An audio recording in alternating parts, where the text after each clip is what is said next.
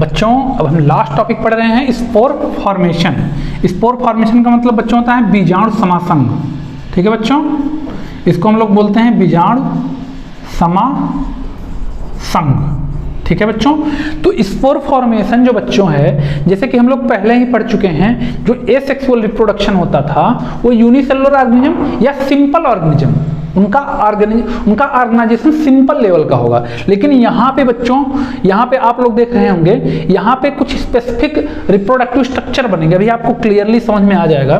तो यहाँ पे एक सेल या यूनिसेलुलर या कुछ सेल्स मिलकर रिप्रोडक्शन में भाग नहीं लेती हैं। यहाँ पे क्या होता है बच्चों, जैसे कि आप यहाँ से समझिए कि आप खुद से प्रैक्टिकल कीजिएगा कि आप रोटी जो है ना, घर में रोटी बनती है या फिर मार्केट में जो आती है डबल रोटियाँ, इसको आप ले करके पानी में भिगोइए। पानी में भिगो करके बच्चों आप इसको जो है अंधेरे में, अंधेरे डार्कनेस कोई रूम होगा वहां पे आप रख दीजिए 2-3 दिन 4 दिन के लिए। फिर आप देखेंगे बच्चों ना, उस ब्रेड पे, उस रोटी पे क्या होगा कि एक जाल टाइप का स्ट्रक्चर बना जाएगा। ठीक है बच्चों, ये जाल टाइप का स्ट्रक्चर बनता है, इसको बोलते हैं बच्चों ब्रेड मोल्ड। ठीक है बच्चों, क्या बोलेंगे? Bread mould. और ये एक फंगल है, फंजाई है बच्चों, जिसका नाम है राइजोपस। ठीक है बच्चों, ये जो राइजोपस है एक जाल बना रही है, जाल युक्त संरचना जो बना रही है बच्चों, तो उसमें सारे पार्ट में रिप्रोडक्शन नहीं होता है।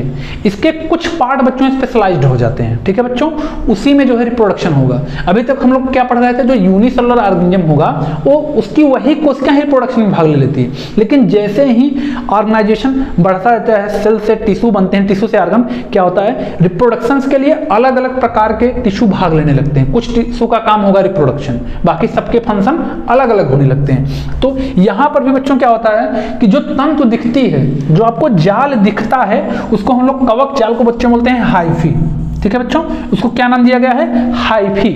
इस कवक जाल को, जो राइजोपस की जाल है, ब्रेड मोल्ड है, जो रोटी पे बनी है बच्चों, उसको हम लोग क्या बोलते हैं बच्चों? हाइफी बोलते हैं। बहुत इंपॉर्टेंट है, इसको एज इट इज याद कर लीजिएगा। उस कवक जाल का नाम क्या है बच्चों? हाइफी। और उस हाइफी बोलते हैं। और ये जो हाइफी है बच्चों, ये जो पूरा तंतु है, फिलामेंट है बच्चों, ये रिप्रोडक्शन का पार्ट नहीं, ये रिप्रोडक्शन में भाग नहीं लेता, आर नॉट रिप्रोडक्टिव पार्ट। तो ये रिप्रोडक्शन नहीं करता। फिर बच्चों कहाँ रिप्रोडक्शन होता होगा इसमें? सेक्सुअल वाला, अलैंगिक वाला, एक ही मोनोपेरेंटल, एक ही पेरेंटल वाला। तो इसके लिए इसमें एक स्पेसिफिक रिप्रोडक्टिव पार्ट होता है। ठीक है, जिसको हम आइडेंटिफाई कर सकते हैं, अभी देखिए वो आएगा, वो है tiny blob on stick structure. Tiny blob on stick structure called sporangia.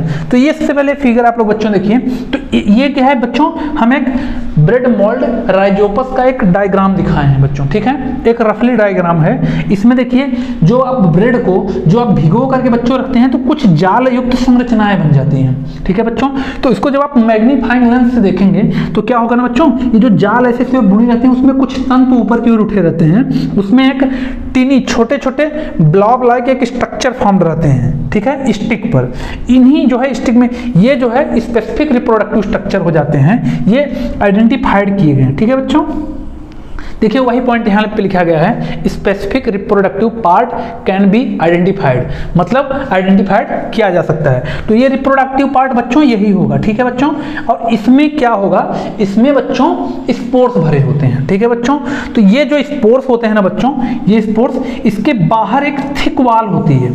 अब बच्चों थिक वाल क्यों होती है? क्योंकि एडवर्स कंडीशन में इन स्पोर्स की प्रोटेक्शन के लिए, इन स्पोर्स को बचाने के लिए, ताकि ये स्पोर्स बचे रहें। क्यों बचे रहें? ताकि ये नेक्स्ट जनरेशन में जा सकें। ठीक है बच्चों, मान लो अगर इस राइजोपस को कुछ हो गया तो नेक्स्ट जनरेशन में जाकर के एक नया प्लांट, एक नया राइजोपस तैयार कर लेंगे। तो इसीलिए इसके बाहर एक थिक वाल होती है, एक कठोर, एक मोटी सी वाल होती है, जिसका काम क्या होता है बच्चों? स्पोर्स को प्रोटेक्शन देना, दैट प्रोटेक्ट द स्पोर। कौन बच्चों प्रोटेक्ट कर रहा है? ये थिक वाल बच्चों। और जैसे ही एडवर्स कंडीशन गई, अनफेवरेबल कंडीशन गई बच्चों, जैसे ही फेवरेबल कंडीशन आती है, फेवरेबल कंडीशन का मतलब होता है कुछ मॉइस्ट टाइप की कंडीशन, तो ये स्पोर्स बच्चों यहाँ से जो है बाहर निकल जाते हैं। ठीक है बच्चों, बाहर निकलेंगे और मॉइस्ट सरफेस जैसे कि आप लोग रोटी को भिगोए थे, वैसा अगर कुछ सरफेस पाते हैं बच्चों तो ये फिर ग्रो करने लगते हैं और एक मेच्योर जो है राइजोपस बना लेते हैं बच्चों। ठीक है बच्चों, तो इसमें कुछ टर्म्स हैं जिसको आप लोगों को ध्यान देना है बच्चों। तो स्पोर फॉर्मेशन अगर बच्चों पूछा जाए किसमें पाया जाता है, तो किसमें पाया जाएगा बच्चों, राइजोपस में। किसमें पाया जाएगा, spore formation present in Rhizopus. Rhizopus का दूसरा नाम क्या है बच्चों, ब्रेड मोल्ड भी बोला जाता है। ठीक है बच्चों, और इसमें जो हाइफी होगी बच्चों और रिप्रोडक्शन पार्ट होगी कि नहीं होगी, तो बिल्कुल, और रिप्रोडक्शन में भाग नहीं लेती है। तो हाइफी के ऊपर एक टिनी ब्लॉक की तरह स्ट्रक्चर पाया जाता है, वही रिप्रोडक्शन में भाग लेता है, जिसको क्या कहते हैं बच्चों, स्पोरेंजिया। बहुत इंपॉर्टेंट है, बहुत इंपॉर्टेंट है बच्चों। स्पोरेंजिया पूछ देगा किसमें पाया जाता है, तो स्पोरेंजिया प्रेजेंट इन राइजोपस। ये किसमें भाग लेता है, स्पोर फॉर्मेशन में। क्यों, क्योंकि स्पोरेंजिया में क्या कंटेंट क्या होती है बच्चों, सेल्स होती है या स्पोर्स, और यही स्पोर्स को जो है प्रोटेक्शन के लिए बाहर एक कवरिंग पाई जाती है बच्चों, थिक वाल्ड कवरिंग होती है, जो इसको अनफेवरेबल कंडीशन, एडवर्स कंडीशन में प्रोटेक्ट करेगी। और जैसे ही वो कंडीशन अनफेवरेबल कंडीशन जाती है, स्पोर क्या होता है बच्चों, उस वाल ये ब्रेक कर जाएगी, बस्ट कर जाएगी, और यहाँ से स्पोर्स बाहर निकलते हैं, और ये जैसे हम मॉइस्ट सरफेस को पाएंगे, वो ब्रेड को पाएंगे, वो पुनः ग्रो करके एक राइजोपस मेच्योर राइजोपस बना लेते हैं बच्चों। ठीक है बच्चों, तो हम लोग बच्चों क्या पढ़े हैं, स्पोर फॉर्मेशन। बच्चों आज हमारा जो है एसेक्सुअल रिप्रोडक्शन कंप्लीट हो गया है। अब बच्चों हम लोग क्या पढ़ेंगे, सेक्सुअल रिप्रोडक्शन के बारे में पढ़ेंगे। सेक्सुअल रिप्रोडक्शन इन प्लांट, सबसे पहले फ्लावरिंग प्लांट्स में देखेंगे, फिर एनिमल में देखेंगे। तो सेक्सुअल देखिए बच्चों, एसेक्सुअल रिप्रोडक्शन में सबसे बेसिक चीज क्या होती है, ये मोनोपेरेंटल। हमने जहां भी एसेक्सुअल रिप्रोडक्शन की बात की होगी बच्चों, यहाँ पे दो पेरेंट्स नहीं इन्वॉल्व हुए होंगे, यहाँ पे रिप्रोडक्शन में केवल एक ऑर्गेनिज्म इन्वॉल्व हुआ होगा।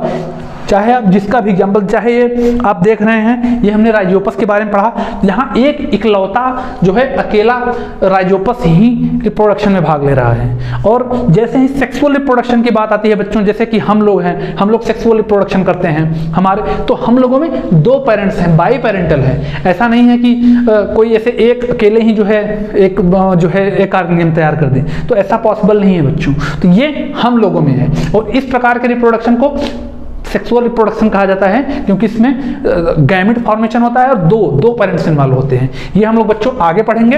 एसेक्सुअल में मोनोपेरेंटल है, ये ध्यान देना है। गैमेट फॉर्म्ड हो भी सकता है, नहीं भी हो सकता है। इसमें हमने ढेर सारे टाइप से पढ़ लिए। आलू का पढ़ा जो है बच्चों, शक्कर करने में भी देखा, शुगर पोटैटो, स्वीट पोटैटो इसको बोलते हैं। ठीक है बच्चों, कल की कटिंग देखा, ग्राफ्टिंग देखा, लेयरिंग देखा वेजिटेटिव प्रोपेगेशन में। उसके बाद हम लोगों ने फ्रेगमेंटेशन देखा था स्पायरोगायरा में, फिजन, बाइनरी फिजन देखा, लेशमैनिया, डोनोवानी, कालाजार। तो ढेर सारे हम लोगों ने एसेक्सुअल रिप्रोडक्शन के बारे में पढ़े। अगर बच्चों आप इतना तैयार कर लेते हैं, तो ये मेरी गारंटी है कि आपका कोई क्वेश्चन एग्जाम में इससे बाहर का नहीं आएगा बच्चों।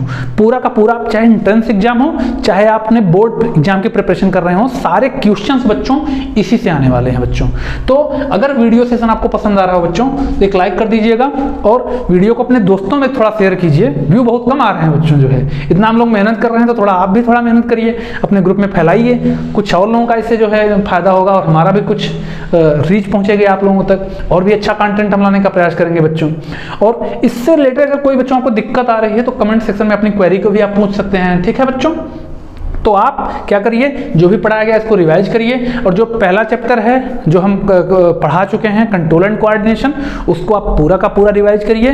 उसके ऊपर हम लोग जो है क्वेश्चंस कुछ बना रहे हैं, ठीक है, तो उसका एक लाइव सेशन लिया जाएगा, उसमें सारे क्वेश्चन जो होंगे आपको कराए जाएंगे बच्चों। और उसके बाद ये जो चैप्टर चल रहा है, इसके बाद भी इसका भी ऐसे लाइव सेशन होगा।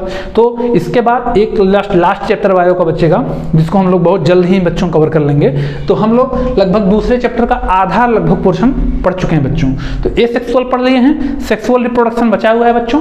सेक्सुअल जैसे खत्म होगा तो अगला चैप्टर है जो है उस पर हम आ जाएंगे बच्चों। तो ये है, आप लोग पढ़ते रहिए, हंसते रहिए, मुस्कुराते रहिए, और हमारे वीडियो को लाइक भी करते रहिए। जय हिंद बच्चों, थैंक यू।